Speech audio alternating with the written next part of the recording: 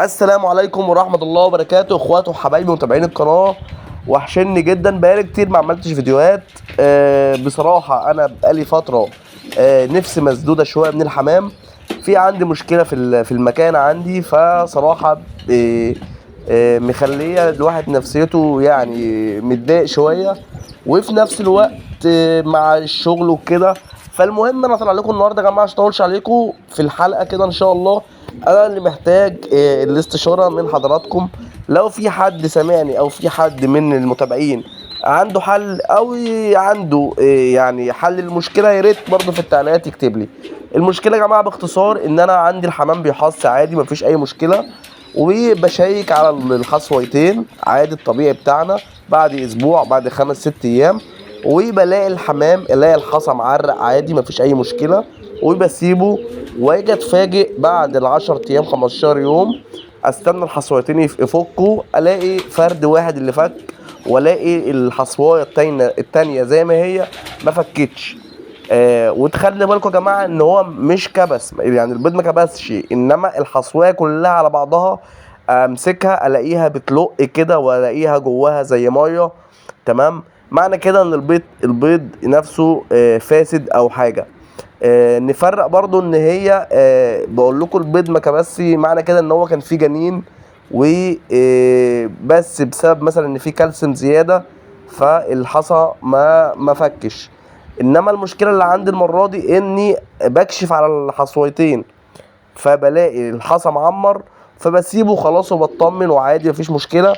اتفاجئ بعد ال10 15 يوم ان حصويه واحده اللي فكت، والاقي الحصويه التانية بتلق كده زي ايه، زي ما يكون جواها ميه. فدي المشكله، انا مش عارف.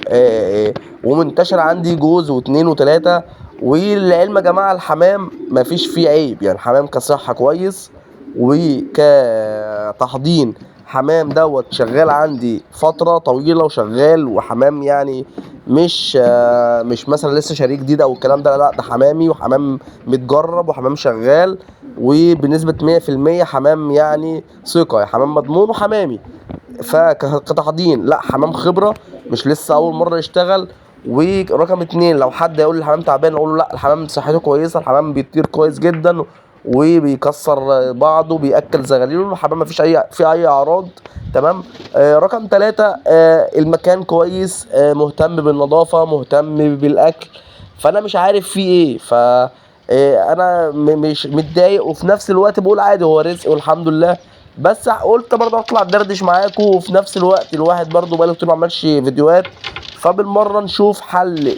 هل مثلا انا برضه خمنت، يعني قلت ممكن يكون بسبب الحراره والموجه الحر والشمس وبالنهار، مع ان الحمام راقد، فممكن ممكن الجنين يموت لما الحراره تزيد قوي في الحصوايه وكده. فهل الكلام ده، طب ليه مش الحصويتين باظوا؟ ليه واحده بتبوظ وواحده بتعيش؟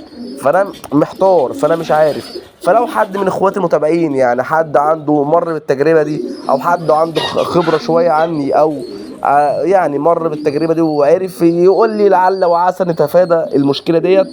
زائد برضو في مشكله كمان، موضوع الجدري اللي في الحمام. هو مش جدري بمعنى الجدري، هو اللي هي الزيادات، او هو بنسميه الجدري اللي هو القرص الناموس. ده برضو منتشر عندي في المكان. فده طبيعي طبيعي طول عمرنا طبيعي بسبب الحر. فبننضف والله يا جماعه برد كويس، وبنرش جير مطفي، وبنعمل وبننزل اكتوموسرين 5%، وبنحمل الحمام. و يعني اخر حاجه انا لجأت لها مبيد حشري ميلاسيون 5%. بس خلي بالكم يا جماعه من الحاجات دي عشان سام، ميلاسيون ده سام. فلو حد هياخد مني الكلمه ويروح يشتريه، تخلي بالكم وتجيبوا الميلاسيون. وخلي بالكم عشان هو سام. فانت كمربي بتلبس جواند او قلافز او كيس او اي حاجه، بلاش تستخدمه مباشره باليد. وبتطهر ايدك بعدها، وبتعينه بعيد عن الطيور وعن الاطفال. وتخلي بالك لا الحمام بتاعك لا قدر الله يعني نقر فيه والكلام ده. فالمشكلتين دول صراحة مسدين نفسي، بس انا بقول عادي يعني ممكن بسبب الحر. هو موضوع الجدر ده من زمان عادي عندنا، وبياخد له فترة وفترة الصيف وبيختفي بعد كده. وكمان مش بيكون في كل الحمام، يعني صراحة بيكون في حمام وحمام. فده طبيعي ومتعودين عليه. انما موضوع البيض اللي عمال يفسد مننا دوت، فطبعا دي عامله لي خساير، او بصرف النظر عن الخساير هو رزق. فدي كانت حلقه النهارده، فمش عاوز اطول عليكم. فلو حد شايف حل للجدري او حل للبيض اللي بيبوظ، يا ريت يكتب لي في التعليقات. ومش عاوز اطول عليكم، هي بس القصه ان انا خارج ادردش معاكم. ويعني وصلنا لنهايه الحلقه. فيعني بتمنى لكم الخير كله، ويعني ربنا يعدي اليومين الحر دول، لان سامع ان الاسبوع الجاي من اول الاسبوع الجديد يبقى في موجه كمان حر. فطبعا الطول بتاعتها ما بتستحملش يا جماعه الكلام دوت. وخصوصا الناس اللي على الاسطح، والناس اللي بتربي في الادوار العاليه، فاكيد الشمس ضاربه فيها. يعني هي بتبقى فتره صعبه، وخصوصا كمان ان القلش داخل، موسم القلش هيدخل الايام الجايه. فدايما انا مش بحب الصيف، لان الحمام بتاعنا بيريح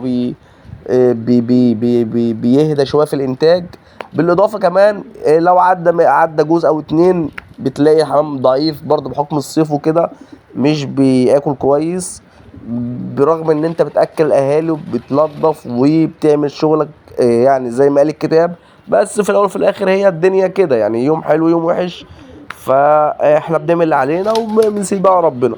في نهايه الحلقه بتمنى لكم يا رب الخير كله، والسلام عليكم ورحمه الله وبركاته.